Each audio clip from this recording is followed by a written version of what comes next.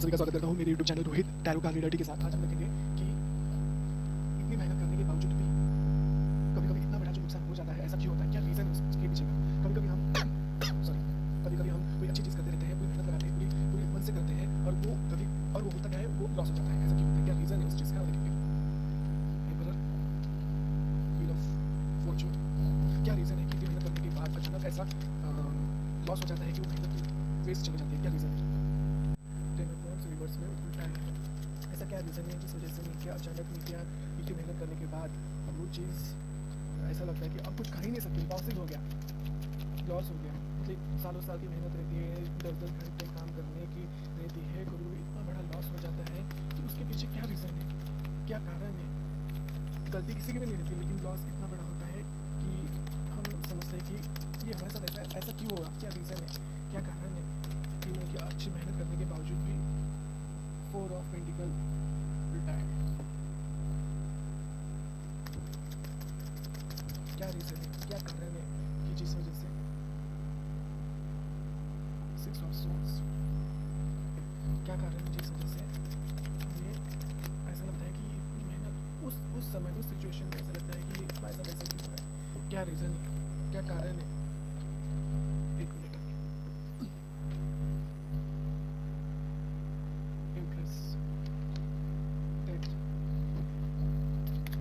क्या कारण है, क्या कारण है कि इतना बड़ा लॉस होता है? क्योंकि वो लॉस हम डिजर्व नहीं करते, लेकिन उसके पीछे की क्या रीज़न है, क्या कारण है कि वो लॉस हुआ और हमें उस लॉस को किस तरीके से देखना चाहिए? क्या रीज़न है, क्या कारण है? इतनी मेहनत करने के बाद इतना बड़ा नुकसान क्यों होता है? क्या कारण है? हेरोगन जस्टिस। इतनी मेहनत करने के बाद, इतनी मानसिक शारीरिक कष्ट झेलने के बाद ये उम्मीद के साथ हम मेहनत करते हैं और फिर अचानक इतना बड़ा लॉस क्यों होता है?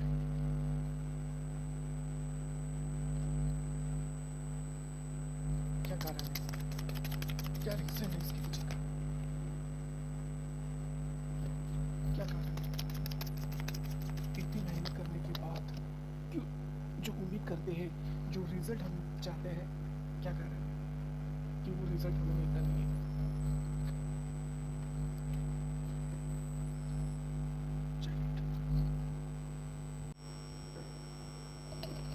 यह कार्ड बताता है कि आप डिसिप्लिन, कंट्रोल या अथॉरिटी से काम करते हैं, लेकिन कभी-कभी क्या हो जाता है कि आपने क्या अपने जो सक्सेस है उसको लेके आप रिजिड हो जाते हैं। आपने क्या एकमात्र ही सही मतलब उस चीज़ को नहीं क्या मतलब कैसे आप लोग मानते हैं कि यही चीज़ करने से नहीं क्या आपको सक्सेस मिलेंगी? ऐसा नहीं होता है। आपको नहीं क्या कंट्रोल छोड़ना सीखना पड़ेगा। हर चीज़ को आपको योजना से नहीं चल हर जो चीज़ होती है वो योजना से नहीं चलेगी। कभी-कभी आपको नहीं क्या थोड़ा सा रुकना पड़ेगा और फिर से आपको स्ट्रेटेजी बनाना पड़ेगा, फिर आपको उसमें क्या अध्ययन करना पड़ेगा, तब जाके वो सारी चीज़ें आप कर पाएंगे। इसलिए आपको रिजिड नहीं बनना है। डिसिप्लिन भी अगर नहीं अगर आप अपनी लाइफ में कर रहे हैं, कंट्रोलिंग कर रहे हैं, अथॉरिटी टाइप कर रहे हो कि हाँ ये मेरे हिसाब से सारी चीज़ें होनी चाहिए, तो वो एक रिजिड हो जाता है। वहाँ पे आप कुछ नहीं क्या मतलब ऐसे नई चीज़ें आप उसमें नहीं इंक्लूड नहीं कर पाएंगे। इसलिए आपको रिजिडनेस नहीं लाना है अपने रिलेशन को लेके, अपने एजुकेशन को लेके, या आपने जो भी कहा चाहे कहीं पे भी वर्क कर रहे हैं उसको लेके आपको कभी भी रिजिड नहीं होना है।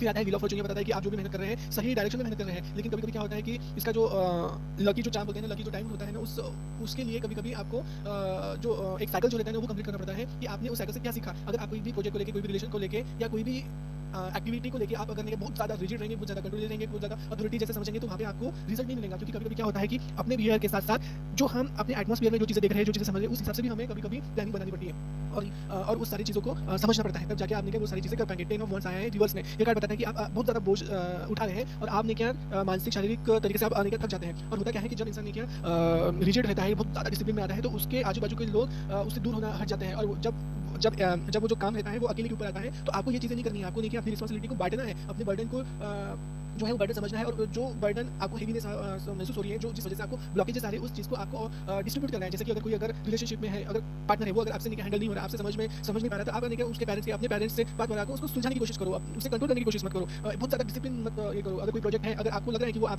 उसमें कुछ नहीं किया, बात हो नहीं रही है वो प्रोजेक्ट या कोई सब्जेक्ट है एजुकेशन में, वो आपको समझ में नहीं आ रहा है, लेकिन तो भी आप खुद से ईगो में आके नहीं किया, किसी को मुझे पूछना नहीं या खुद से समझने की कोशिश करना है, तो ये फिर आपके लिए प्रॉब्लमेटिक होगी। अगर कोई मैथ का सब्जेक्ट है तो आपको मैथ का टीचर लगाना ही पड़ेगा। अगर पार्टनर के बीच में अगर फाइट्स हो रही है तो आपको बड़ों का सलाह या फिर पार्टनर के साथ अच्छे से कम्युनिकेशन करके सुलझाना पड़ेगा। रिजिड नहीं होना, उसको कंट्रोल नहीं करना पड़ेगा। इसलिए आपको आपके जितने भी बर्डन है, स्ट्रेस है, उसको नहीं क्या स्टेप बाय स्टेप ये समझो कि कौन, जैसे मैंने एग्जांपल दिया कि जैसे कि मैथ्स को समझने के लिए आपको टीचर लगाना पड़ेगा, तब जाके आपको अंडरस्टैंडिंग होगी कि आपको क्या करना है। फिर उसके बाद आता है four of pentacles. Four of pentacles होने के कैसा है, ये रिवर्स में आया है। इसमें बताया है कि आप जो भी आउटपुट चाहते हैं, आउटकम निकाल चाहते हैं, उसको टाइटली पकड़ लेते हैं। मतलब आपको नहीं ऐसा रिजल्ट चाहिए, मतलब ऐसा ही रिजल्ट चाहिए आपको। नहीं अगर उसमें मतलब जिस तरीके से आपके मन मुताबिक नहीं हुआ है तो फिर क्या आप डर जाते हैं और आप क्या करते हैं, लॉस को अट्रैक्ट करते हैं। कभी-कभी क्या होता है, जैसे कि अगर आपको मैथ्स में 100 में से 100 चाहिए तो सबसे पहले आपको 100 में से 50 मार्क्स लाना पड़ेगा, फिर 60 लाना पड़ेगा, फिर 100 लाना पड़ेगा। और ये प्रोसेस करने के लिए आपको एक टीचर और अच्छे गाइड की जरूरत है। अगर आपको गाइड की जरूरत नहीं है तो आप खुद को थोड़ा सा टाइम दो, लेकिन अगर नहीं क्या वो अगर आप टीचर नहीं लगाएंगे तो वो आपके बर्डन होगा। तो इस बर्डन को दूर करने के लिए आपको सबसे पहले ये समझना है कि आप कोई भी जो प्रोजेक्ट है, रिलेशनशिप है या फिर कोई भी ऐसा हार्ड सब्जेक्ट है, उसको आप ये समझेंगे कि हाँ नहीं मैं ये कर सकता हूँ, मैं गाइडेंस ले सकता हूँ। अगर मेरे में कुछ कमी है तो मैं उस चीज़ को सुधारूंगा। ये आना चाहिए, नहीं कि मैं अपने आप से करते जाऊंगा और मैं गाइडेंस नहीं लूंगा, मैं अपने ईगो लेके चलूंगा।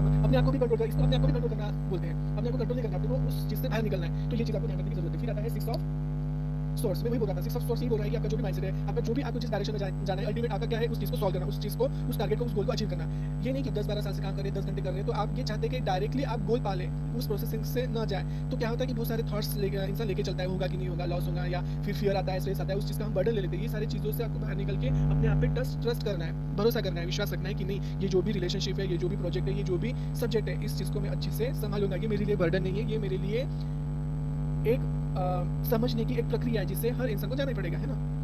तब जाके नहीं कि आपको नहीं क्या ये समझ में आएगा कि आपने जो भी मेहनत की है, उस मेहनत का जो एनर्जी है, वो आपको ये समझाने की कोशिश कर रहा है कि आप इतने सारे बर्डन आप लोगे तो फिर आपके अंदर पेशेंस नहीं रहेगा। पेशेंस का बहुत बड़ा फायदा ये होता है कि आप हर चीज़ को बारीकी से देखते, समझते, गाइडेंस लेते, टाइम लेते, ताकि वो प्रोजेक्ट सक्सेसफुल हो। पेशेंस इसलिए भी लेना चाहिए ताकि आपके अंदर का जो ईगो है, आपके अंदर का जो ट्रस्ट इशू है, आपके अंदर का जो फियर है, आपके अंदर का जो बर्डन है, उसको रिलीज कर पाए।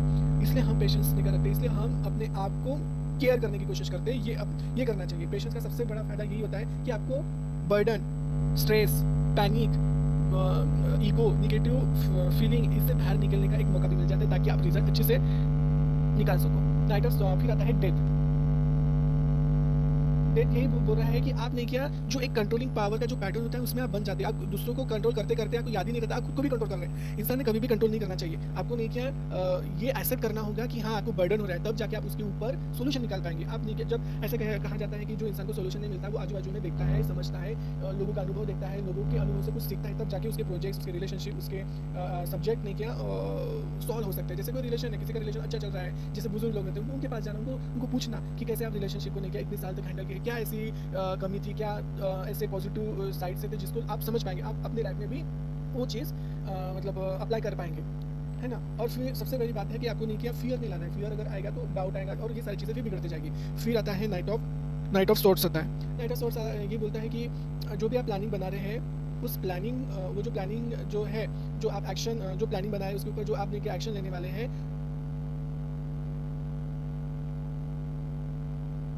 तो वो प्लानिंग कभी-कभी क्या हो जाता है कि नहीं कि आप बर्डन में आ गए हैं, आप कंट्रोलिंग में आ गए, तो वो प्लानिंग जो आपने की है उससे आप भटक जाते हैं। उसमें क्या होता है, एनर्जी बर्डन में चली जाती है, वो एक्शन में नहीं आती, वो स्ट्रेस में चली जाती है, वो फियर में एनर्जी चली जाती है, वो डिस्ट्रीब्यूट हो जाती है वो एनर्जी। इसलिए आपको ये ध्यान रखना है कि आप जो भी एक्शंस प्रोजेक्ट बना रहे हैं, रिलेशनशिप को आप चाहते हैं अच्छा बना रहे हैं, सब्जेक्ट को चाहते हैं कि आपने क्या उसको एक अच्छे से समझना, तो सबसे पहले नहीं कि आपको जल्दबाजी से ज़्यादा आपको स्ट्रेटेजी बनाकर वो सारी चीज़ें करनी है, समझनी है, तब जाके आप उस चीज़ को मतलब अच्छी तरीके से सॉल्व कर पाएंगे।